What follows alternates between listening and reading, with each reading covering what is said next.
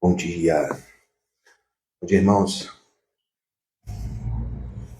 Mais um dia de vida, vitória, mais um dia de saúde, mais um dia de paz, um dia de alegria. Deus abençoe seu dia. Estamos começando mais um dia, para a glória de Deus. Somos gratos por esse dia. Bom dia, Marlene. Somos gratos por esse dia. Somos gratos e celebramos esse dia que o Senhor já fez. Vamos celebrar nele, vamos começar mais um dia com ele, para ele e por ele. Eu creio que será um dia abençoado. Sexta-feira. E é o dia 18. Já estamos aqui há 18 dias. Graças a Deus, aprendendo a palavra, crescendo na palavra. Graça e paz. Dia Gisele. Estamos crescendo, estamos amadurecendo, estamos avançando. Parabéns para você que está aí comigo nessa jornada. 1 ano lendo a Bíblia, irmão. 1 ano lendo a Bíblia. Lindo irmão. 1 ano lendo a Bíblia. Bom dia, Gisele. 1 ano. E olha para você ver, eu não sei você, né? Mas esses primeiros... Hoje é o dia 18. Então, esses 18 dias realmente, assim, tem sido muito impactantes. Porque imagine que você está fazendo uma grande construção. E cada dia você coloca um tijolo nessa construção. Cada dia você traz uma matéria-prima muito preciosa e coloca nessa construção. É isso que nós estamos fazendo aqui. Estamos edificando uma obra de Cristo nas nossas vidas. Estamos edificando a obra de Cristo em nós. Cada dia, né, Marlene? Vivendo na presença do Senhor. E como é bom, irmãos, começar o nosso dia dessa maneira. É o comando da manhã. Mais à frente eu vou compartilhar isso com você. O comando da manhã é você começar o seu dia comandando o seu dia. Você dando ordem ao seu dia, não sendo levado por ele, não sendo conduzido pelo seu dia, mas fazendo com que o seu dia, ele realmente se alinhe para que tudo aquilo que os céus já declararam, você aqui na terra possa simplesmente caminhar nesse direcionamento. E como que eu sei aquilo que o céu declarou? Eu já começo o dia, eu já começo a primeira hora do meu dia buscando o reino dos céus, o reino de Deus. E as outras coisas vão ser acrescentadas. Eu não sei o que você precisa nesse dia, eu não sei o que você espera nesse dia, mas que os céus já tenham liberado isso sobre a sua vida. E que você tenha sensibilidade e também tenha ousadia de abrir essa boca e declarar que haja. E ver a manifestação daquilo que você já viu, daquilo que os céus já declararam, daquilo que você creu e que você começou a declarar, se tornar visível.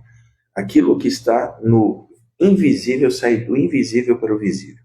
Amém? O café aqui, senão vai ficar frio e não adianta, né? Então vamos lá. A gente está aqui hoje no dia 18 e o texto que nós estamos aqui é lá de 1 Crônicas. Estamos no capítulo 26. E é interessante o que está acontecendo aqui. E vamos continuar. Porque aqui está o quê? Está colocando a ordem dos... Está colocando a ordem... Meu gatinho está ali, eu deixei ele ficar aqui dentro hoje. Ele já está aprontando. Fica esperto. Abençoado. Daqui a pouco ele vem aqui participar da live com a gente. Então vamos lá.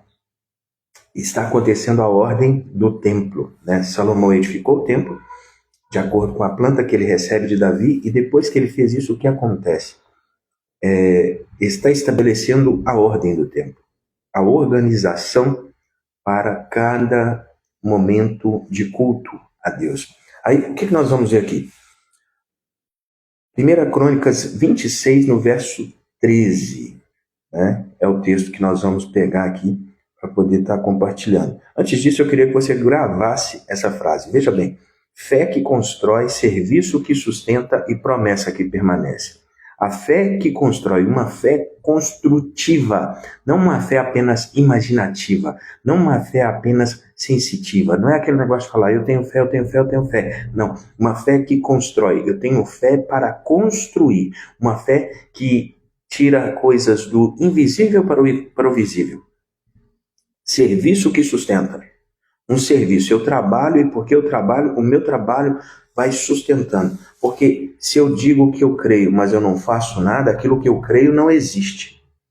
Quem diz que crê, está fazendo alguma coisa relacionada àquilo que crê. Ele não apenas crê, não é um assentimento mental, é algo que a pessoa realmente ela vai fazer.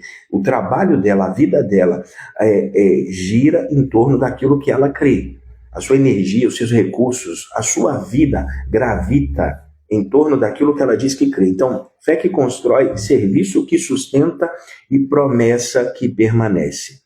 Aí a promessa vai permanecer. Amém? Bom dia, Rose, seja bem-vinda. Então, 1 Crônicas 26, no verso 13, olha o que fala.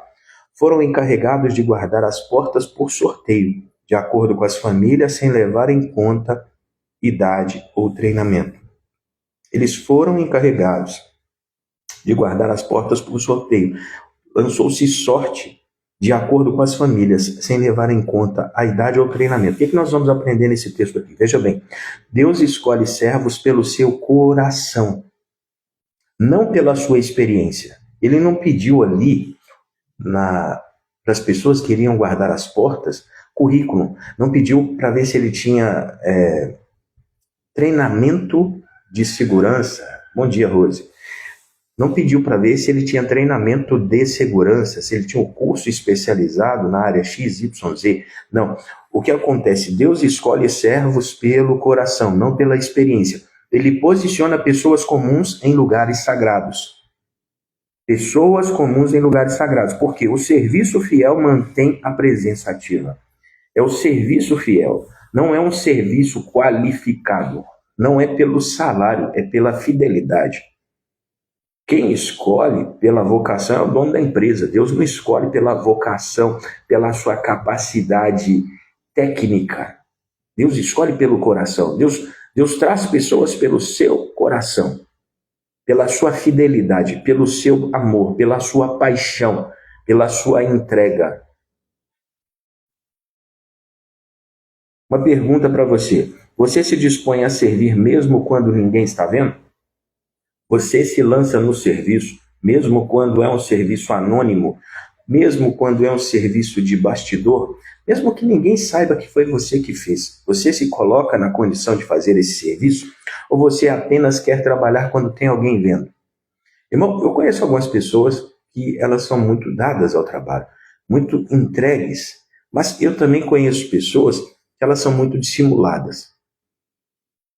Eu percebo, no meio da multidão sempre tem os que são dissimulados. Qual que é o tipo de pessoa dissimulada? Presta atenção. Ela é uma pessoa na frente do líder e uma pessoa quando o líder não está. Quando o líder não está, ela fica como se fosse o dono do negócio. Ela não faz nada, ela fica no celular, ela fica olhando para baixo, para cima, com piadinha, sentado, mexendo no celular, assistindo o vídeo. Mas quando o líder chega, sabe o que essa pessoa faz? Ela muda.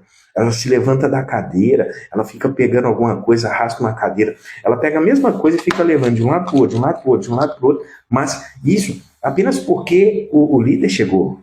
Não porque ela é uma pessoa realmente prestativa. Ela é uma pessoa que ela só está ali para fazer enquanto os olhos do líder estão sobre ela. Então, o que acontece? O tempo revela o coração da pessoa. É o tempo que vai revelar o coração da pessoa. E é interessante porque a pessoa muitas vezes ela pensa que ela está enganando o líder. Ela pode até conseguir enganar o líder, mas ela nunca consegue enganar a Deus. Ela nunca consegue enganar a Deus. Porque Deus conhece o coração. Deus conhece o coração. O homem olha o exterior, mas Deus olha o coração. Foi isso que Deus falou com Samuel quando ele envia Samuel na casa de Jessé para ungir o próximo rei. Por conta do Samuel, ele teria ungido o primeiro que apareceu. Porque Eliabe era belo, bonito, esbelto, forte, né? Era uma pessoa que tinha uma aparência que que agradava aos olhos. Então, o óleo já estava sobre a cabeça de Eliabe, quando Deus falou: ei, peraí, ô desviado, volta à sua conexão. Por que você está fazendo isso? Você está olhando, você está comprando a pessoa pelo olhar. Eu não faço isso. O meu negócio é com o coração. E o coração dele não é um coração que eu vim procurar. Existe um coração dentro dessa casa que foi formado, forjado, e é o coração que eu quero para ser rei sobre o meu povo. O que nós entendemos aqui, irmão? O anonimato no serviço é muitas vezes o caminho para a honra no reino.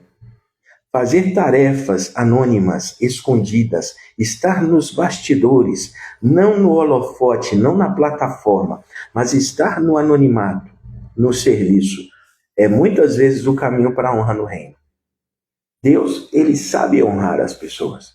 O homem pode não saber honrar as pessoas. Fique em paz. Se você faz um serviço, muitas vezes, que é anônimo, e você pensa assim, ninguém está vendo o que eu estou fazendo, Deus está vendo.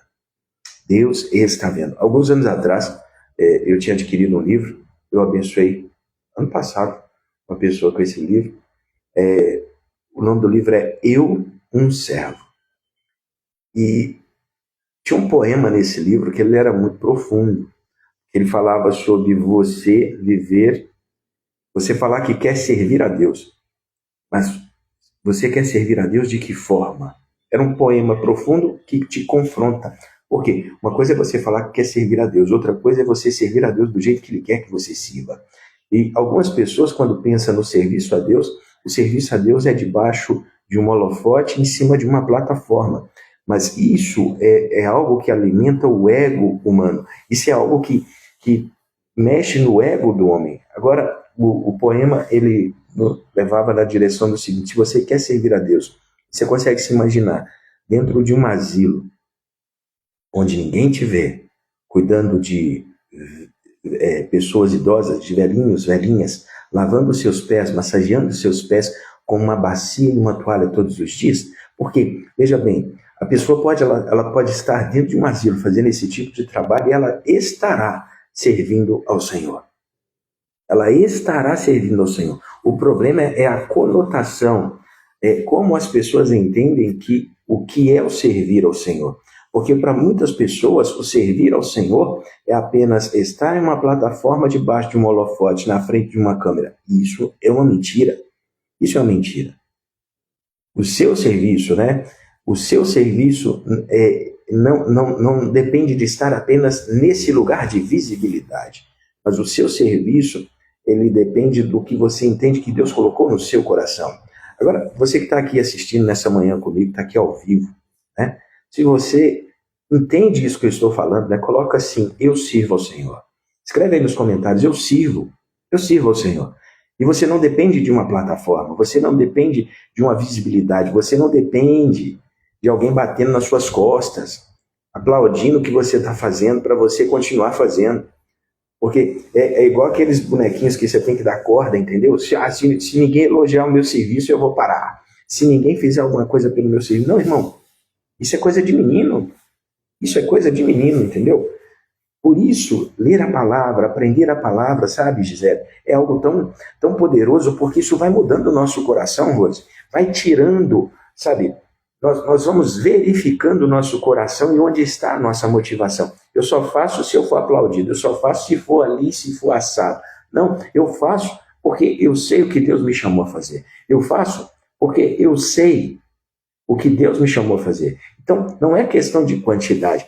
Entenda uma coisa: existem servos de Deus, filhos de Deus, que servem ao Senhor no invisível, que nós aqui na terra nunca vamos ver, nunca vamos saber do serviço que eles fizeram aqui.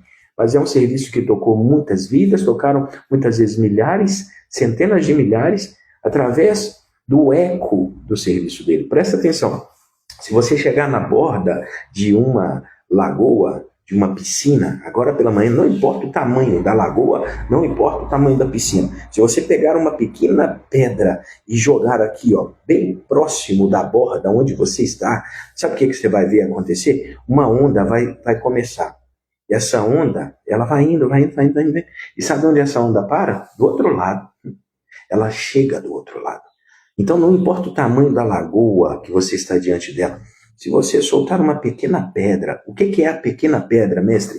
É o serviço, o seu serviço. Porque de repente você pensa assim, não, o meu serviço não está tocando ninguém. O seu serviço é como uma pedra jogada em uma lagoa que vai lançar uma onda e vai chegar do outro lado.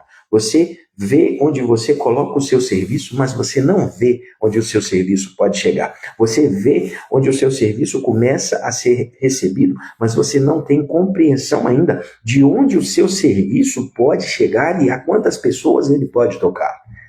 Então, irmão, não sirva com olhos naturais, sirva com olhos espirituais, porque você não tem noção da dimensão do alcance do serviço que Deus está promovendo através da sua vida.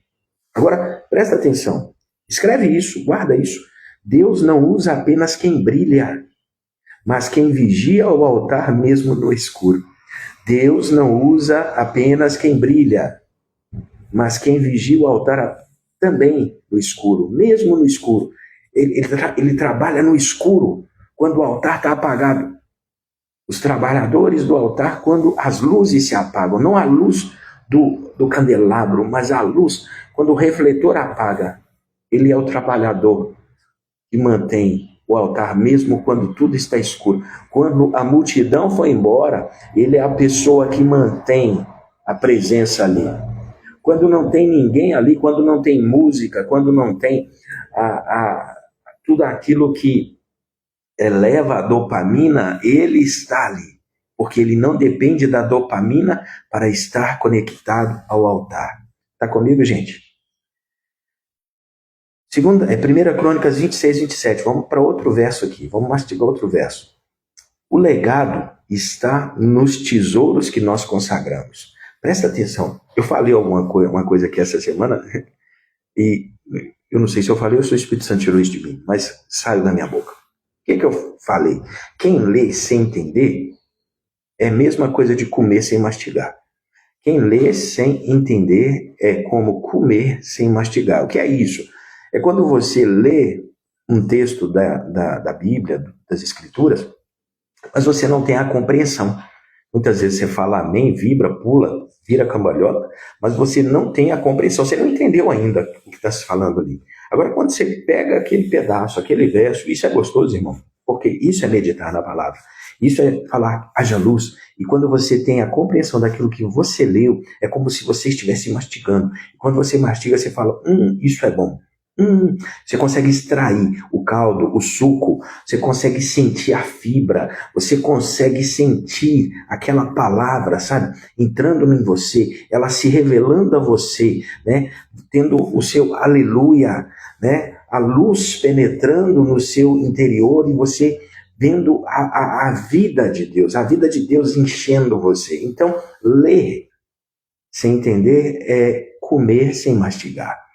Você até o alimento vai para o seu estômago, mas você não conseguiu desfrutar, sentir aquilo no seu paladar. E o que nós estamos fazendo aqui? Quando eu pego um verso desse, eu estou trazendo ele e falo, vamos mastigar isso, Marlene. Rose, vamos mastigar isso. Gisele, vamos mastigar isso. Então, quando você mastiga, porque muitas vezes na sua leitura, aí você leu, você fala assim, mas por que eu não vi isso aqui que o mestre falou? Porque você não mastigou. E o que a gente faz aqui de manhã, quando a gente senta aqui? É mastigar. É mastigar essa palavra, extrair o suco. Ontem eu gostei, eu estava conversando com a Rose, né, no pós-reunião, eu falei, e aí, Rose, como é que está sendo participar aqui de manhã, né, do devocional, da nossa leitura de Bíblia? Aí ela falou assim, mestre, isso está me ajudando muito, está me abençoando muito. E ela falou assim, eu escuto isso umas 2, 3 vezes por dia. Ela falou, tem hora que eu tô lá de bobeira, ela dá o play e ouve de novo. Aí mais tarde ela vai dar um play e ouve de novo. Por quê? Isso é você querendo extrair mais, sabe, irmão? É você encontrar uma mina. Presta atenção. Na década de 80, acho que foi na década de 80, um lugar aqui no Brasil falou-se assim, tem ouro nesse lugar. E quando eles identificaram que tinha ouro naquele lugar, os homens de diversas cidades do Brasil e também do mundo. Homens começaram a abandonar sua casa e ir em direção àquele lugar. Bem-vindo, Gui. Eles abandonaram suas casas e foram em direção àquele lugar. Eles chegaram naquele lugar, irmão, eles trocaram tudo que tinha. Eles compraram picareta, pá, enxada, eles compraram todas as ferramentas que eram necessárias para fazer uma escavação.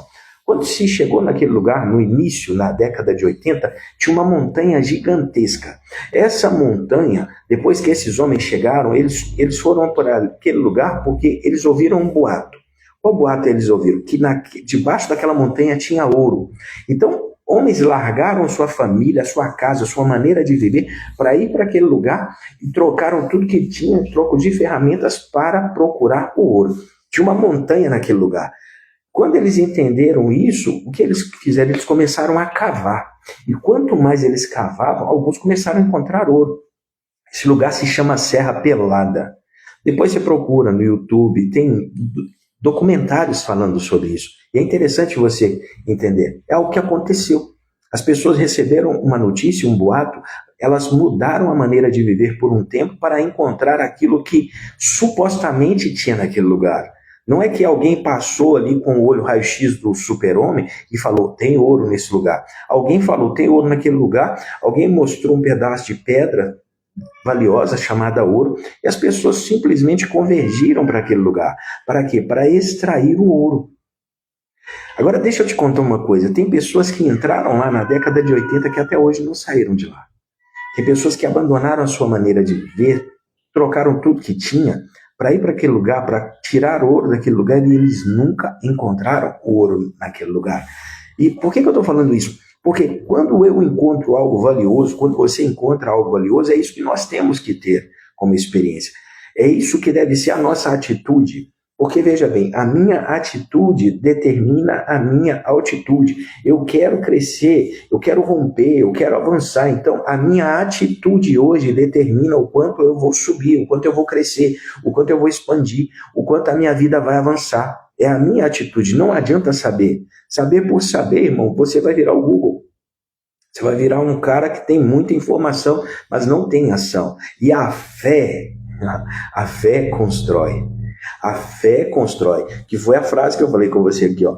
A fé que constrói, o serviço que sustenta e a promessa que permanece.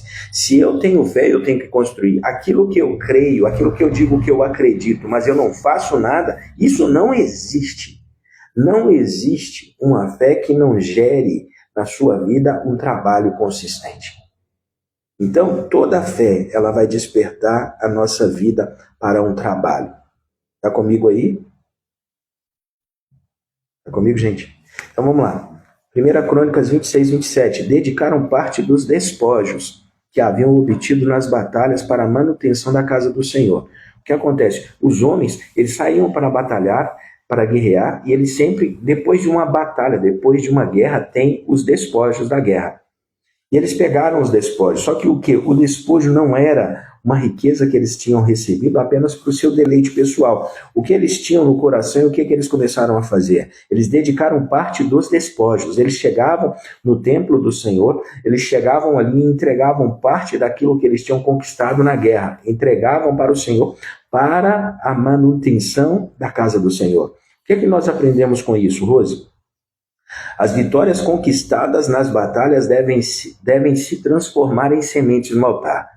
As vitórias conquistadas nas batalhas devem se transformar em sementes para o altar. Agora veja, quem consagra seus tesouros está investindo na eternidade.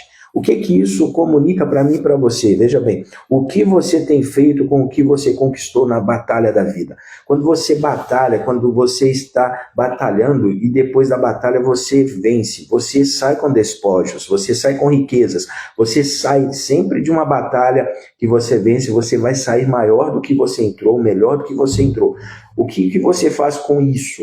Você simplesmente usa para o seu deleite ou você apresenta parte disso diante do altar do Senhor? É isso que nós aprendemos aqui, porque esses guerreiros, esses vitoriosos, eles não apenas ficavam se exaltando, eles não eram exaltadores de si mesmos, mas eles consagravam parte daquilo que eles conquistavam na batalha diante do altar. E isso fala de que, irmão? Guarde menos, consagre mais.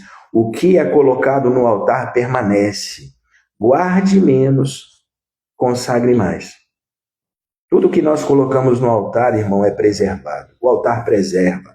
O altar faz com que estas coisas possam permanecer. Sério, é sério, olha para Jesus. Olha para Jesus, irmão. O maior altar da humanidade é a cruz. O maior altar da humanidade, que a humanidade pode conhecer, vai conhecer isso antes de nós, no nosso tempo e depois de nós, quando nós não estivermos mais aqui. O maior altar que essa humanidade vai ouvir falar se chama a cruz de Cristo. E veja bem, Deus quando coloca Jesus naquela cruz, Jesus morreu naquela cruz, mas 3 dias depois ele ressuscitou. Por que ele ressuscitou? Porque ele foi colocado no altar e ele permanece para sempre. Jesus Cristo permanece para sempre. Por quê? Porque ele foi colocado sobre um lugar de preservação e não de destruição. O altar não é um lugar de destruição. Aquilo que você coloca no altar permanece. Amém? Vitória sem consagração é conquista vazia. A quem que você consagra a sua vitória depois da vitória? Quando você vence, você entrega a sua vitória para quem, Marlene? Você põe, estufa o peito e sai e fala, eu sou bom mesmo. Eu sou bom mesmo. Ou você reconhece e fala assim, Deus, eu só venci porque o Senhor estava comigo. Vitória sem consagração é conquista vazia. Consagre a sua vitória, irmão. Quer ser mais vitorioso? Eu quero declarar, eu profetizo sobre a sua vida. Nesse segundo semestre de 2025, você vai viver grandes vitórias.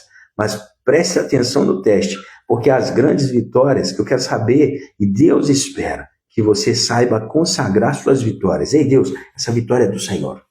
Eu apresento a minha vitória diante do Senhor. Irmão, e não pense apenas em vitórias grandiosas, a micro-vitória. A micro-vitória é do Senhor. Eu apresento a Deus a vitória. Para me acordar aqui também, estar aqui com vocês, hoje para mim foi uma vitória.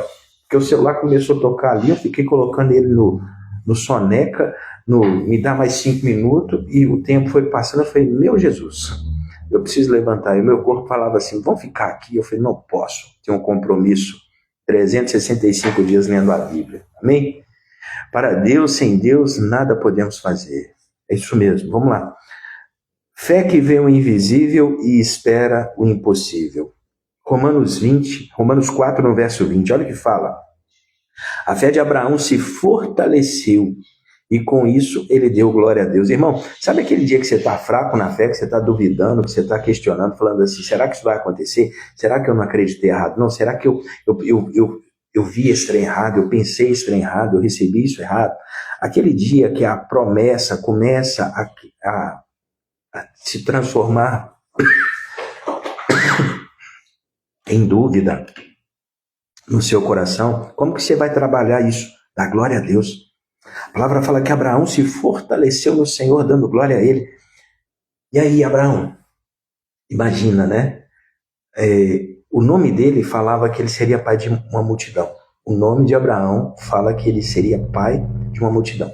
Aí imagina, ele tinha que ter um filho que era o filho da promessa. E eles estavam esperando esse filho, tentando que esse filho nascesse há muitos anos. Aí, imagina, sua mulher Sara, ela vinha e Abraão na expectativa, e aí mulher? E de repente ela vinha e falava assim, Abraão, não, menstruação chegou, então não tem. E quando ela dava essa notícia para Abraão, ele não se fechava, ele não abaixava a sua cabeça, ele não perdia a sua esperança. Como que ele fazia? Ele se levantava e falava, glória a Deus. Eu sei que Deus é fiel para cumprir aquilo que ele prometeu. Se ele disse, ele vai fazer. Deus não é homem para mentir, nem filho do homem para se arrepender. Ele reagia à resposta de que aquilo ainda não estava acontecendo de maneira física, glorificando ao Senhor. E quando ele glorificava o Senhor, irmão, ele era renovado. O texto continua falando assim, ele estava plenamente convicto de que Deus é poderoso para cumprir tudo o que promete. Ele tinha essa convicção no seu coração. Deus é plenamente capaz de fazer aquilo que ele prometeu. Abraão não creu na circunstância, ele não ficou olhando para a circunstância. Minha mulher já está mais velha, e eu também. Como é que vai ser esse negócio, Deus? De ter filho e de ser pai de uma multidão? Como que é isso? Ele não ficou olhando para a circunstância, ele não olhou para o seu próprio corpo, ele não considerou seu próprio corpo para ser capaz de dar a ele a condição de viver a promessa. Ele não olhou para suas próprias forças naturais. A promessa que ele recebeu de Deus, ela era muito maior do que ele. Ela era muito maior do que as suas próprias forças. Então, o que ele começou a considerar? Que a promessa de Deus para se cumprir não dependia dele, mas totalmente de Deus. A promessa de Deus para se cumprir na vida de Abraão não dependia de Abraão, mas totalmente de Deus. Por quê? Dentro da ótica natural, se olhasse para a vida de Abraão, e Sara falava assim, rapaz, esses caras é louco. Eles tomaram vinho estragado na Santa Ceia. Só pode, porque não tem cabimento. Olha o que ele fala que Deus vai fazer na vida dele. Olha o que ela falou que Deus vai fazer na vida dela. Olha só como que eles estão aqui esperando. Olha a idade deles, o corpo deles, a vida deles. Nada comunica com aquilo que Deus diz que vai fazer na vida dele. Aí Abraão pegou, depois de olhar tanto para ele pegou e falou assim, não é por mim. Deus, para cumprir a palavra dele, ele não depende de mim, ele depende só dele. Irmão, entende isso aqui, porque isso é muito forte, porque se você está esperando Deus cumprir as promessas dele na sua vida, com base na sua circunstância, eu preciso ficar bom nisso, eu preciso ficar bom nisso, eu preciso ficar bom nisso, você precisa ficar bom de fé. Você precisa ficar muito bom e crescer todo dia é na sua fé, é desenvolver a sua fé. Ontem estava conversando com o meu pastor e é muito forte quando você conhece homens de fé, pessoas que realmente têm uma fé que esse mundo desconhece. Eu estava mostrando várias coisas, né, que a nossa comunidade construiu ao longo desse tempo. E ele falou, irmão, eu não esperei condição para fazer isso. O que fez isso foi a minha fé.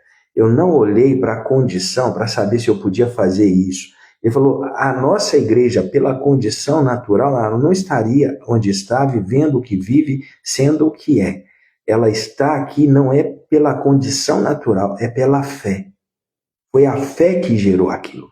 Foi a fé que construiu aquilo. Foi a fé que determinou aquilo. E o que eu aprendo com isso? Não só vendo a palavra de Deus, mas convivendo com um homem que é um homem de Deus, um homem de fé, que não é a nossa circunstância que vai determinar se a promessa se cumpre ou não, irmão. Não é. É a fé. Abraão olhava para o seu corpo estava amortecido, seu corpo estava velho, seu corpo já estava com anos de vida avançado. O seu corpo não tinha como o seu corpo determinar que ele seria capaz de viver aquilo que Deus falou. Abraão se convenceu disso. Ei, o que eu e você precisamos nessa manhã entender, que nós precisamos nos convencer que a promessa, o cumprimento da promessa de Deus não depende de nós, porque eu não sei a extensão das promessas que você carrega, mas a promessa de Deus na sua vida não depende da sua circunstância, depende somente dele. O que nós precisamos entender e viver é que não depende de mim, depende dele. Se ele falou, ele é fiel para cumprir. A conclusão da manifestação de toda a promessa de Deus na minha vida não depende de mim. A única coisa que eu tenho que fazer é crer. Eu tenho que me convencer que não depende de mim e que depende 100% de Deus. Eu olhar para ele e falar, pai, eu confio no Senhor, eu creio no Senhor. Não importa a circunstância, irmão. Quantos estão entendendo isso? Quantos estão entendendo isso? Se você está entendendo isso, fala, pai, aumenta a minha fé. Aumenta a minha fé. Eu preciso me convencer que não depende de mim. Porque, de repente, você é uma pessoa que vive convencido que depende de você aquilo que Deus quer fazer. Quando, na verdade, depende totalmente dele, porque a promessa partiu dele. Presta atenção. Vamos tangibilizar isso aqui. Se você é pai, se você é mãe, você entende isso melhor. Imagina que agora pela manhã, na hora que daqui a pouco o seu filho, sua filha vai acordar, Gisele, eles vão vir até você. E quando eles chegarem, eles vão ficar assim: deixa eu ver o que eu posso fazer para minha mãe me dar o café da manhã, para minha mãe me dar o almoço, para minha mãe me levar para a escola. Deixa eu ver o que eu preciso fazer para mover o coração da minha mãe para fazer alguma coisa para mim. Precisa disso, irmão? Não. Quando seu filho acordar, você já está aí, Rose, com tudo preparado para poder abençoar, servir ele. O café da manhã, na hora do almoço, você vai falar: amor, o almoço está aqui, vem se alimentar. O cuidado diário não vai faltar, porque é algo que você já preza por dar. Entendeu? Ele teve que se esforçar para fazer alguma coisa, ele teve que vir pagar alguma penitência diante de você para você fazer para ele o que você sabe que depende de você? Você cobrou dele alguma coisa? Não. Agora, por que muitas vezes nós nos colocamos nesse lugar de pensar assim: eu preciso me tornar alguém, eu preciso fazer N coisas, sabe? De repente você tem um checklist aí de coisas que você precisa fazer, irmão. De coisas que você precisa fazer para poder receber alguma coisa da parte de Deus. Ei. Irmão, a Bíblia é tão confrontadora. A Bíblia é tão confrontadora. A Bíblia, sabe, vai falar no Evangelho, vai falar que Jesus, ele chega num tanque, presta bem atenção nisso, ele chega no tanque de Betesda, e no tanque de Betesda tinha uma multidão, e no meio da multidão tinha um homem que estava aproximadamente, acho que é 38 anos que o texto fala, ele estava paralítico, 38 anos paralítico, e no meio da multidão Jesus vê esse homem. Aquele homem estava deitado num leito naquele canto. E eu não sei por quantos dias, semanas, meses e anos ele fazia esse caminho. Ele não, né? Alguém ajudava ele, mas sabe aquela ajuda pela metade? Aquela ajuda que não é uma ajuda 100%? Ele tinha alguém que levava ele ali, porque ele era paralítico, e colocava ele no tanque de Betesda e tinha uma piscina ali, um tanque. E o que acontece? Todos que estavam ali em volta eram doentes, afligidos, tinham doenças e enfermidades. Aí o texto vai dizer que acontecia algo nas águas, as águas se moviam, e eles entendiam que quando as águas se moviam é porque descia um anjo do céu, o anjo da cura descia do céu, tocava nas águas. A primeira pessoa que pulasse nas águas estava habilitada para ser totalmente curada. Então, imagina a tensão. Todo mundo olhando para as águas, aí de repente a água mexia. Quando a água mexia, aquele monte de gente pulando dentro da piscina. Só que o primeiro apenas que pulasse que era curado. Imagina o sofrimento desse homem, porque eu não sei nem qual que era a capacidade dele de movimentação, porque ele era paralítico. Ele ficava ali assistindo. Aí Jesus chega perto dele, ele fala assim: ei. Jesus começa um diálogo com ele. Mas Jesus sabia, no seu íntimo, tudo aquilo que aquele homem passava. Aí Jesus chega e olha para ele e pergunta se ele quer ser curado. Jesus olha para ele e fala assim: ei, você quer ser curado? Ele: é porque acontece o processo. Ele começa a contar para Jesus. O processo para ser curado é esse, Jesus. Eu não sei se o senhor sabe. Jesus nem se apresentou. Jesus chega e mete na cara dele: ei, você quer ser curado? E aquele homem: tem um processo aqui, moço, para ser curado. Desce um anjo do céu, a água é agitada. Primeiro que pula lá, é curado. Sabe o que Jesus vai falar? Faz, porque, cara, Jesus não chegou para ele, para falar com ele qual era o método da cura. Jesus só chegou para ele e falou assim: você quer ser curado? Você quer viver o milagre? E aquele homem foi explicar a metodologia da época para viver a cura. Aí Jesus falou: não, eu só te perguntei se você quer ser curado. Não pedi para você contar uma história, não pedi para você se justificar porque até hoje você não foi curado. Eu só quero saber, você quer ser curado? Aí Jesus olha para aquele homem e fala assim: ei, pega o seu leito, levanta e anda. Naquele mesmo momento, aquele homem foi curado. Isso é muito forte, irmão. Presta atenção nisso aqui. E se eu fosse você, dava um glória a Deus. Porque isso é muito forte, você entender isso. Jesus não chegou ali e se apresentou para aquele homem. Oi. Ele não trouxe o seu currículo. Ele não chegou e falou assim: eu sou Jesus Cristo de Nazaré, eu sou filho de Deus, eu tenho poder no céu, na terra, no mar, debaixo do mar. Ele não deu carteirada. Jesus não olhou para aquele homem e falou assim: você tem fé? Você acredita em mim? Papapá, papapá. Ele não ficou ali, sabe, com uma pranchetinha na mão, igual o fiscal do Detran, sabe, Marlene? Tomando notas de quantos pontos dentro de todo aquele checklist ele se encaixava. Não, não fez isso. Jesus só chegou e falou: você quer ser curado? Aquele homem tentou justificar, Jesus falou: pega seu leito, levanta e anda. Automaticamente aquele homem foi curado. Ele pegou o leito e saiu andando. O que isso fala? É muito forte, presta atenção. Jesus, ele não deu carteirada, ele não pediu para saber se aquele homem conhecia ele ou não. Jesus não perguntou para aquele homem se ele tinha fé. Jesus só liberou uma palavra. E aquela palavra trabalhou fortemente na vida daquele homem. Sabe o que é interessante, irmão? Sabe o que é? É porque Jesus não pediu para ele a inteira. Porque na minha caminhada, o que eu já ouvi, que eu tinha que, para Deus fazer alguma coisa na minha vida, eu tinha que fazer alguma coisa primeiro. Deus só vai fazer na sua vida se você fizer alguma coisa primeiro. O quanto eu já ouvi desse tipo de teologia, sabe? Deus só vai fazer na minha vida se eu fizer alguma coisa primeiro. Presta atenção, aquele homem paralítico, ele não sabia que era Jesus. Jesus não perguntou se ele tinha fé. Jesus não pediu ele nada, não pediu ele uma inteira. Aí você tem aqui para inteirar para poder fazer o seu milagre? Você tem aqui para completar? Falta só um pouquinho. Você tem um pouquinho para que eu possa liberar o milagre na sua vida? Jesus não perguntou isso. Por quê? Isso fala da suficiência dele. Jesus é totalmente suficiente, capaz, competente, ele tem todo o poder. Ele não tem só um pouquinho de poder, ele tem todo o poder. Então, ele é totalmente suficiente de liberar o milagre na minha vida, na sua vida, como ele liberou o milagre lá na vida daquele homem. Ele não depende de nós para fazer um milagre. Entende isso? Gente, vocês estão entendendo? Oh, aleluia! Oh, glória a Deus! Maranata! Fala comigo. Vocês estão entendendo, gente? Jesus não pediu a inteira daquele homem, não.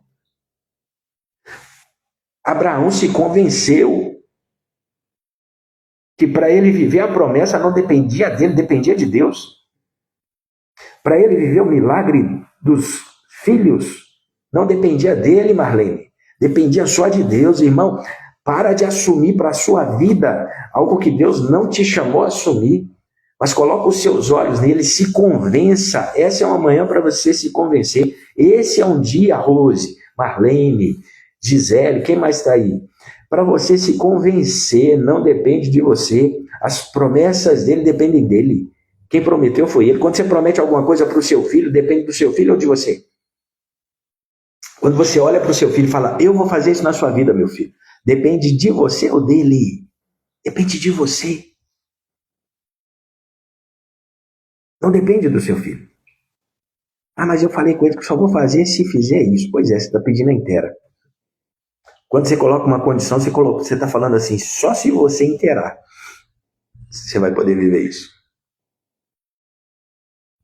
Gente, vocês estão aí?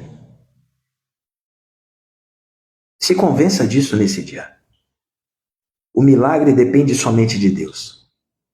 Depende dele, depende dele, depende dele. Ele é totalmente suficiente. Ele é totalmente suficiente. Eu estou esperando eu ter condição de inteirar para Deus fazer o milagre. Não vai, não vai, não vai, não vai. Esse é o problema. Porque você nunca vai ter o suficiente para querer inteirar algo que não depende de você. Você nunca vai ter o suficiente para inteirar algo que não depende de você. Abraão não creu nas circunstâncias, mas no caráter de Deus. A fé não é cega, ela enxerga com os olhos do Espírito o que ainda não existe. Não é uma fé cega, é olhar com os olhos espirituais e falar: aquilo que Deus me prometeu já existe. Existe nele. Presta atenção, irmão, eu tenho um filho de 12 E um de 5 anos aqui em casa. Eu tenho um filho de 29 anos também. Os meus filhos menores, se ele chega para mim e fala assim, pai, eu quero isso. No momento que ele fala isso comigo, se eu abrir a minha boca e falar assim, eu vou te dar. Presta atenção nisso. Que hora que você acha que esse menino vai celebrar o que ele vai ganhar? É quando chegar e entregar isso para ele? Ou é no momento que eu abro a minha boca e falo, eu vou te dar? Que hora que ele celebra? Que hora que ele se alegra? Que hora que ele começa a contar? Eu vou ganhar isso do meu pai. Eu vou ganhar isso do meu pai. O meu pai falou que vai me dar isso. Que hora que ele começa a contar? É no momento que ele ouve a palavra. Não é no momento que ele recebe, que eu chego e entrego para ele. No momento que eu chego e entrego para ele, eu só estou trazendo manifestação da palavra que eu já falei para ele lá atrás. O que é a fé, irmão? É celebrar a palavra. É celebrar a palavra. Irmão, esse segundo semestre, nós vamos celebrar toda a palavra que Deus já nos deu.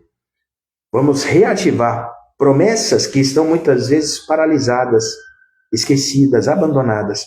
Porque não depende de mim e de você, depende dele. Se ele prometeu, ele é totalmente fiel para cumprir, para fazer. Ei, está comigo aí?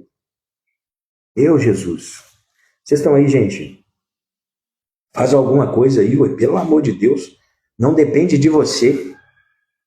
Depende do Pai. O Pai que prometeu, então depende dele. Ele não te pediu a inteira. Ele te pediu para crer que ele é capaz de fazer. Ele não quer que você tenha dúvida no seu coração daquilo que é capacidade dele. Quando você duvida, você está falando para o seu pai, eu não acredito em você. Quando você fala para o seu filho, depois que ele te pede algo, você fala que vai fazer, e ele começa a rir, ele começa a duvidar, ele está duvidando, não é dele, ele está duvidando de você, que você tem a capacidade de fazer para ele aquilo que você prometeu. E como que você se sentiria se o seu filho começasse a duvidar de você, da sua capacidade de fazer aquilo que você falou que vai fazer na vida dele? Você se sentiria mal, você se sentiria para baixo, você se sentiria muito desanimado, frustrado, porque você vai falar, meu filho não acredita em mim. Então, é a mesma coisa com o pai. É a mesma coisa no nosso relacionamento com Deus, sabe, Rose? Quando Deus nos promete algo e nós olhamos para ele e falamos assim, é Deus olhando e falando assim, você está de brincadeira? Você não acredita em mim não, cara? Você está de brincadeira? Você crê na promessa como se ela já tivesse acontecido? Irmão, que Deus ajuste a nossa visão, Ele ajuste o nosso coração. Não para ver para crer, mas crer para ver. Ajuste o nosso coração nesse dia, Espírito Santo de Deus, crer para ver. Eu não sei o que você determinou viver nesses dias, nesse semestre, na sua vida. Eu não sei qual foi a promessa que Deus trouxe ao seu coração, depositou no seu espírito, mas possivelmente possa estar esquecido dentro de você. Mas esse é um tempo de crer para ver. Creia para ver. Creia, confie, declare a promessa como se ela já estivesse acontecendo. Irmão, isso é uma blindagem na sua vida espiritual. Blindagem, quando você celebra antes de ver, de pegar, você está blindando a sua vida espiritual. Fé verdadeira não vacila diante da demora, não é o tempo. Abraão esperou 25 anos para viver uma promessa. A fé verdadeira não vacila diante da demora, mas ela cresce na convicção. Como que Abraão crescia, aumentava a sua fé? Dando glória a Deus. Irmão, acorda todo dia dando glória a Deus. Já que você vai acordar para vir aqui, ler Bíblia comigo, estudar a palavra de Deus, já acorda dando glória a Deus. Porque se o demônio estiver acampado em volta da sua cama, quando você dá um glória, vai sair tanto fogo da sua boca, que os demônios vão falar assim, não dá para ficar aqui. O diabo vai falar, volta lá, fala, não, eu não vou atormentar mais a Rosa, eu não vou atormentar mais a Marlene, eu não vou atormentar mais a Gisele, eu não vou atormentar mais nenhuma dessas pessoas, não, porque eles entenderam, porque aquilo que Deus tem para eles já existe na palavra, porque eles olham para Deus agora, eles não entendem, eles entenderam que eles não têm que completar a promessa, mas que a promessa depende totalmente de Deus. Deus não pediu a inteira, Ele pediu a nossa confiança, creia em mim. Gente, vocês estão aí? A fé não nega os fatos, mas ela insiste na promessa. A fé não nega os fatos. Ah, tá. Mas eu insisto, eu vou ver. Eu vou ver a promessa se cumprir, eu vou ver a palavra se tornar carne e habitar na minha vida, eu vou ver a palavra tornar-se carne e se manifestar. É isso. Quarta coisa aqui, vamos lá. Provação que forja esperança viva. Toda provação é uma forja, irmão. É uma forja na nossa esperança. Quando você está sendo provado, você está sendo purificado para uma fé mais forte. Guarda isso, o texto. Romanos 5, no verso 3. As dificuldades contribuem para desenvolvermos perseverança. O caráter aprovado fortalece a nossa esperança. Está demorando, irmão? Não, isso é a forja. Essa é a forja de Deus. A dor não é o fim, é o forno onde Deus refina os seus. A dor, está doendo?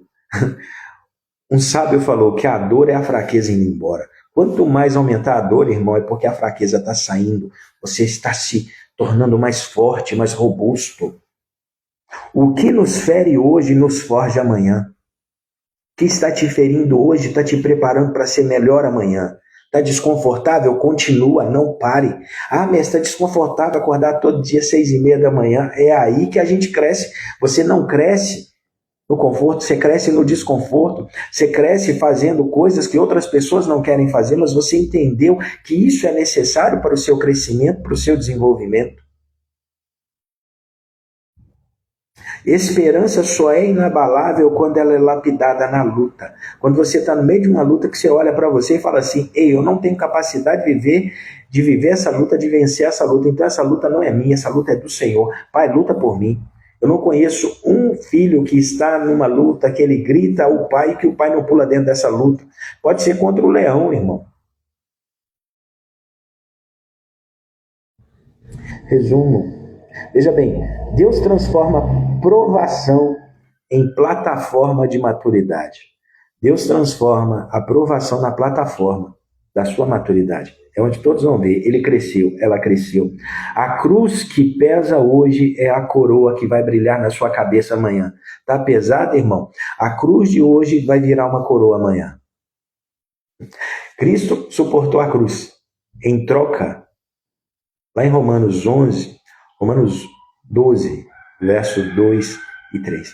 Em troca da alegria que lhe estava sendo proposta, ele suportou a cruz. A cruz que pesa hoje é a coroa que vai brilhar sobre a sua vida amanhã. Salmo 14, no verso 2, estamos no livro de Salmo, veja bem. Quando ninguém busca a Deus, Deus ainda olha. O que esse salmo fala? O Senhor olha dos céus para toda a humanidade, para ver se há alguém que é sábio, se há alguém que busca a Deus. Deus, imagina, quando eu e você acordamos todos os dias. Imagina Deus do seu trono, olhando a terra e procurando uma alma que o busque. Uma alma que o busque. Agora, imagina, daí de onde você está me assistindo, quando você abre a tela, você não está procurando o Adriano, você está buscando a Deus. Porque eu não venho aqui falar de mim, irmão. Eu venho aqui falar da palavra de Deus. E se você quer ouvir a palavra de Deus, você pode continuar voltando aqui. Agora, o que acontece? Imagina, quando esse sinal abre aí, essa conexão é estabelecida, você está como declarando no mundo espiritual, eu quero buscar a Deus.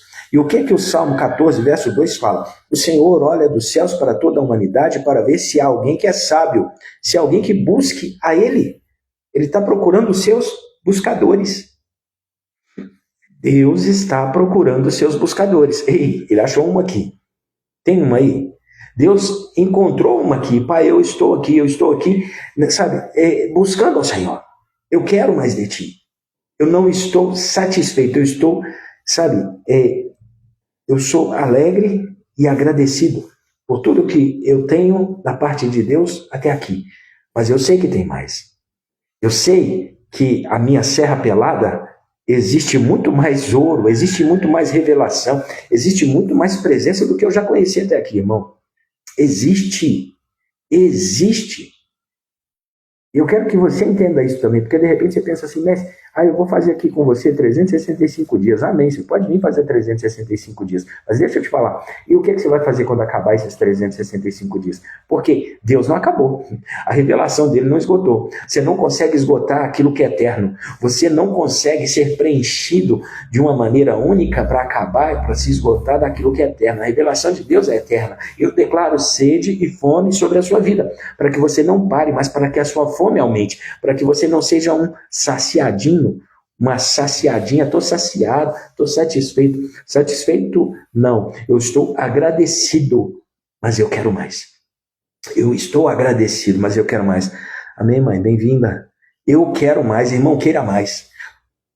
O Senhor olha dos céus para toda a humanidade para ver se existe alguém sábio, alguém que busque a Ele.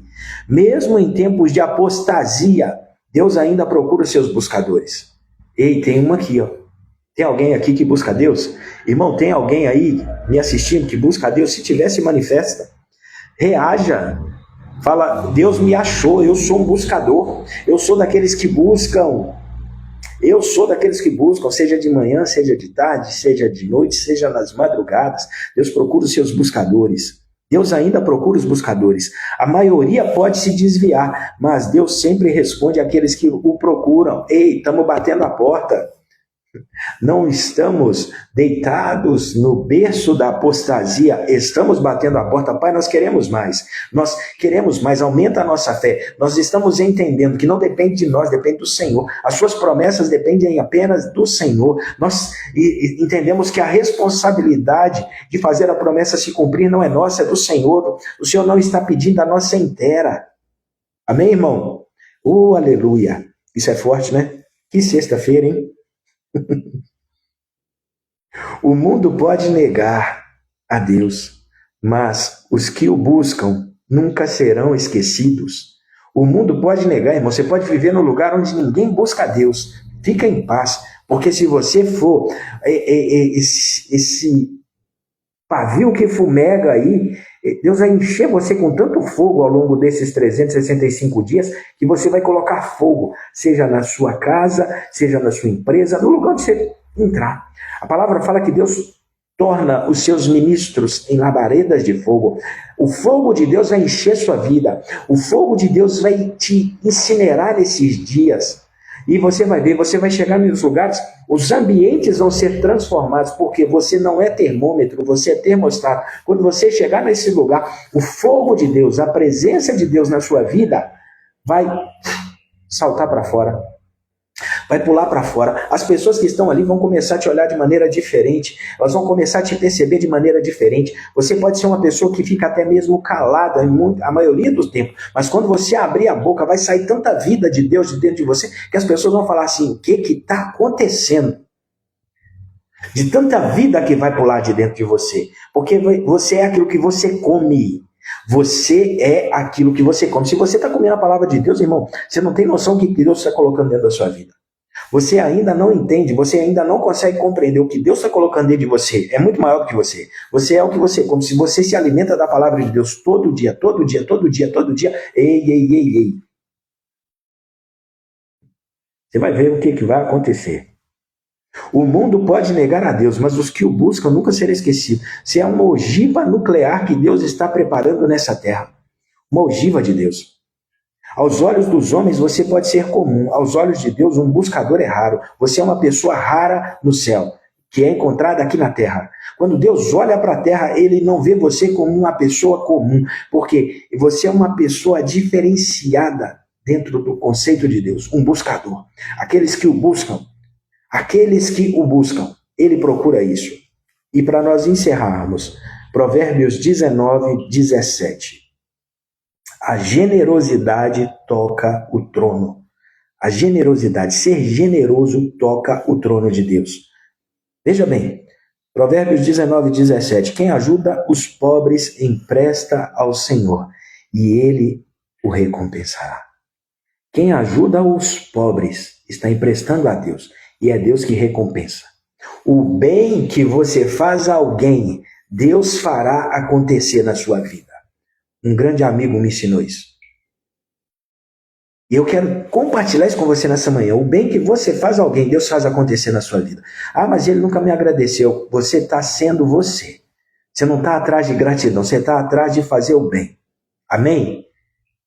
O bem que você faz a alguém, Deus faz acontecer em você. Eu não só ajudo quem é grato. Eu só ajudo... Ei, irmão, a maioria das pessoas são ingratas. A maioria das pessoas querem resolver seus problemas. A maioria das pessoas que se conectam com você, que chegam até você, querem somente extrair alguma coisa de você. Tem gente que chega perto de mim querendo saber o que eu posso fazer por ela, o que eu posso dar para ela. Então, quando você se nega a dar alguma coisa e fazer alguma coisa, o que acontece? Essas pessoas, você para de ser interessante para essas pessoas. Agora, presta atenção. Você não pode mudar o que você é porque as pessoas são do jeito que são. Se torne uma pessoa generosa.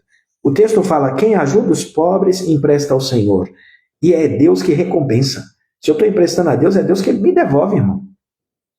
É Deus que me devolve. Agora tem pessoas que falam assim, não, eu só faço se for grato. Não, então você não entendeu ainda. Quando você vive debaixo disso, você ainda não entendeu. A bondade para com o necessitado é um ato profético. Quando você está ajudando uma pessoa que tem necessidade, você está fazendo um ato profético. E é tão interessante, presta atenção, nós vivemos em uma geração, dentro do corpo de Cristo hoje, de pessoas que gostam de fazer atos proféticos. Vamos fazer um ato profético, vamos fazer um ato profético. Dar ao pobre, ajudar o necessitado é um ato profético. Pegou? Quando você dá algo para uma pessoa necessitada, você está fazendo um ato profético. Quando você socorre alguém, você está fazendo um investimento direto no reino dos céus. Você ajudou o necessitado, mas aquilo é um ato profético que comunica no céu. E Deus olha e fala assim, eu preciso retribuir isso na vida da Graça, da Marlene, da Gisele, da Rose, do Adriano. Por quê? Eles entenderam. E quando eles estão fazendo algo por alguém que é necessitado, não é essa pessoa que retribui, sou eu. Porque Deus é aquele que cuida do órfão, da viúva e do necessitado. Então, Deus muitas vezes vai usar a minha vida e a sua vida para poder cuidar do necessitado. Só que a minha mão, ela se estende aqui para dar. Não é o necessitado que vai retribuir. É o próprio Deus que deposita na minha vida. Vai vir de onde você menos espera. O bem que eu faço a alguém, Deus faz acontecer comigo. Ei, pegou? Entendeu? Para a gente fechar nessa manhã. A sua generosidade tem sido seletiva ou intencional no reino de Deus? Quando você fala assim, eu sou generoso, você é generoso com quem é grato, com quem vai vir te agradecer? Porque se for, não é generosidade, irmão, você está caçando gratidão.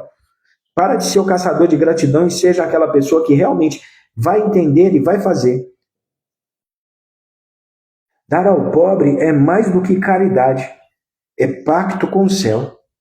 Quando eu dou ao pobre, eu estou falando, Deus, eu estou cuidando aqui, ó. Eu estou ministrando, eu estou trazendo a vida do necessitado. E é o céu que responde sobre a minha vida, não é a terra. Quem toca os pobres, toca o coração do rei. É isso que esse verso fala. Quando eu toco a vida de um pobre, indiretamente eu toquei o coração do rei. Quantos entenderam? Gente, vocês estão aí? Acabamos o nosso dia de hoje. Meu Deus do céu, esse negócio está ficando muito extenso, tem que diminuir. É só as férias. Já vai acabar. Vamos cair esse trem aqui para meia hora. Eu estou tentando montar uma estrutura aqui, no máximo meia hora, irmão. Começar às 6h30, acabar às 7 horas, e glória a Deus, aleluia, e vamos para mais um dia. Nós estamos em dias de férias, ó, ao silêncio. Quantas horas que é agora? 7h34, maior silêncio aqui em casa, galera, todo mundo dormindo. Ainda mais nesse frio. Mas glória a Deus, irmão, eu estou muito feliz de poder estar aqui compartilhando com você. Eu tenho recebido vários testemunhos de pessoas que estão sendo abençoadas por Deus, tocadas por Deus, alimentadas pela palavra. A palavra tem fortalecido, a palavra tem direcionado, a palavra tem feito a diferença na vida dessas pessoas. Eu fico muito feliz por isso, por participar disso que Deus está fazendo na sua vida. Eu fico muito feliz, 2 horas hoje, misericórdia. Faço não que o Instagram expulsa a gente. O Instagram expulsa a gente, fala, vocês estão muito insaciáveis. Agora presta atenção para a gente fechar esse dia. Nesse dia, a palavra nos leva a reconhecer que Deus está alinhando o invisível para liberar o visível. Deus está alinhando o invisível para liberar o visível. Ele organiza os servos no templo. Ele separa os tesouros consagrados e estabelece líderes capazes, não apenas por aparência, mas por fidelidade. O coração fiel é o que Deus procura para servir a Ele, não o coração sabe, da pessoa que é capaz. Não é seu currículo, irmão, é seu coração. Alinhe seu coração nesses dias. Ao mesmo tempo, ele revela que a justificação é pela fé e não pelo esforço. A justificação que nós vamos viver, a colheita daquilo que nós vamos viver é pela fé. Não depende de mim, depende dele. Aleluia. Não depende de mim, irmão, depende só dele. Ele não me pediu a inteira. Essa revelação é forte demais, só. Eu entendi isso no final do mês passado. Isso foi um bálsamo para mim. Não depende de mim, depende dele. Porque eu vivi durante muito tempo pensando que eu tinha que inteirar o meu milagre. Pensando que eu tinha que completar minha promessa. Não depende de mim. Depende só dele. Só depende dele. Abraão se torna o modelo de uma fé que persevera. Ele espera contra a esperança e crê no impossível. Enquanto isso, o salmista lamenta a corrupção dos homens, mas afirma que o Senhor ainda busca aqueles que o buscam. Deus ainda busca aqueles que o buscam. O provérbio finaliza mostrando que a generosidade é a linguagem celestial. Irmão, quer tocar o coração do rei? Se torne generoso. Quer tocar o coração de Deus hoje? Se torne uma pessoa generosa. Poucos dias atrás eu conheci um homem, ele é muito próximo, um homem muito abençoado. Escutei ele falando por 2 vezes. Ele falou comigo assim, falou para todos que estavam ali, mas eu falo que falei comigo porque era como se a gente estivesse batendo um papo enquanto eu ouvia ele. Ele falou assim, todo dia pela manhã, antes de sair de casa, eu encho meu bolso de sementes. Eu pego essas sementes e onde eu passo, eu fico atento, onde eu posso semear. Onde eu posso semear uma palavra, onde eu posso semear um sorriso, onde eu posso semear uma semente. Ele falou assim, tem dias que eu vou no supermercado, eu estou no supermercado, eu fico ali observando quem eu posso abençoar, quem eu posso pagar a compra daquela pessoa, porque de repente a pessoa está na minha frente, ela está deixando de levar algo que ela quer por conta de R$1, R$2, eu sou a pessoa que chega ali e coloca aquilo. Pode parecer pouco, pode parecer simples, mas isso muda o dia da pessoa que recebe. Indiretamente você está tocando o coração do rei. Quando você dá um necessitado, irmão, a partir de hoje, guarda isso. Que Deus registre isso de uma maneira tão forte dentro de você. Quando você abençoa o necessitado, o que ele vai fazer não é da minha conta. Não é da minha conta. Anos atrás eu escutei o Dr. Ítalo Marcilli falando sobre isso. Ô irmão, ele falou, tem dia que eu saio de manhã, no meu carro, meu carrão, parado no sinal. Chega o cara ali, um frio desse, imagina, irmão, o frio que tá fazendo. Você tá sentado dentro do seu carro, tranquilo, quentinho. Chega uma pessoa, bate no vidro. Na hora que você para no sinal, o cara te pedindo um trocado. E você vai abaixar o vidro para ficar perguntando o que você vai fazer com esse dinheiro. Vai beber, você vai fumar? Ele falou, irmão, eu dou para aquele cara R$5, R$10, R$20. O que ele vai fazer não é da minha conta. Mas eu sei que eu provoquei algo naquele momento no coração daquele homem, quando ele pegou aquele valor, e de outra maneira não aconteceria nele e também não iria reverberar em mim. Não iria liberar uma gratidão, sabe, sobre a minha vida. Então, sempre que eu faço o bem a alguém que está necessitado, eu estou tocando o coração de Deus. Eu toco o coração de Deus nesse momento. Possamos entender isso. Possamos crescer nisso. Deus abençoe nosso dia, irmão. Deus fortaleça, aumenta, Senhor, a nossa fé. Aumenta, nos faz crescer, nos faz amadurecer, nos faz melhores. Nos faz melhores. Olhar para o Senhor e não pensar no que eu tenho que fazer para inteirar, mas olhar para Ti, Pai, e entender o Senhor é totalmente capaz, suficiente de nos levar a viver toda a promessa, todo o milagre que o Senhor já declarou. E nós possamos sair dessa manhã aqui, aliviados. Eu oro, irmão, para que você seja aliviado nesse dia, de todo o peso da religião, todo o peso do falso ensino. É interessante porque quando a Bíblia fala de Judas, chama ele de ladrão. Ladrão ali, no original, é a palavra kleptos. Kleptos, que está dando origem a uma palavra que de repente você conhece, kleptomaníaco. O kleptomaníaco é a pessoa que tem uma dita doença de roubar outra pessoa. É a doença de pegar algo que não lhe pertence. Isso é roubo. Aí é quando eu falo que a ciência quer dar nome para uma coisa que a Bíblia chama de pecado. Se a Bíblia chama de pecado, é pecado. Só que a palavra ladrão, no original, é kleptos. E não fala ali de pegar alguma coisa de alguém. O ladrão, o kleptos, o Judas, porque Judas era chamado de ladrão. O que é o kleptos? É alguém que é um ratoneiro no falso ensino. Ele traz um falso ensino. Então, todo falso ensino, imagina que um falso ensino é um tijolo falso que você coloca na construção que você está fazendo. E o que vai acontecer no tempo? Essa construção desmorona. Essa construção cai. Por quê? Um tijolo de falso ensino foi colocado dentro de uma edificação. Parecia tijolo, mas não era tijolo. Quando o peso foi colocado, caiu. A casa não tinha estrutura necessária para ser sustentada. Então, o que Deus está fazendo aqui nessa manhã? Removendo um tijolo de falso ensino da nossa vida de fé. E estabelecendo um tijolo. Ele trocou o tijolo. Ele trocou uma pedra.